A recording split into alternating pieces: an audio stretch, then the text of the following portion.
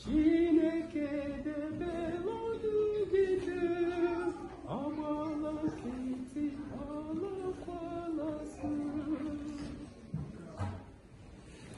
Chineke debe ọdụ gị agbala nkịtị alakwala azụ. N'ihi na ndị iro gị na-agbagharị, dị na-akpọghasị ebiliwo.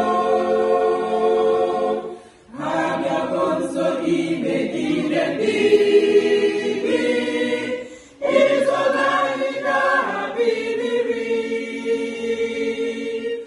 Agọnarịla ebe dị anya Jehova, Jehova ezonarịkwala ya onwe gị.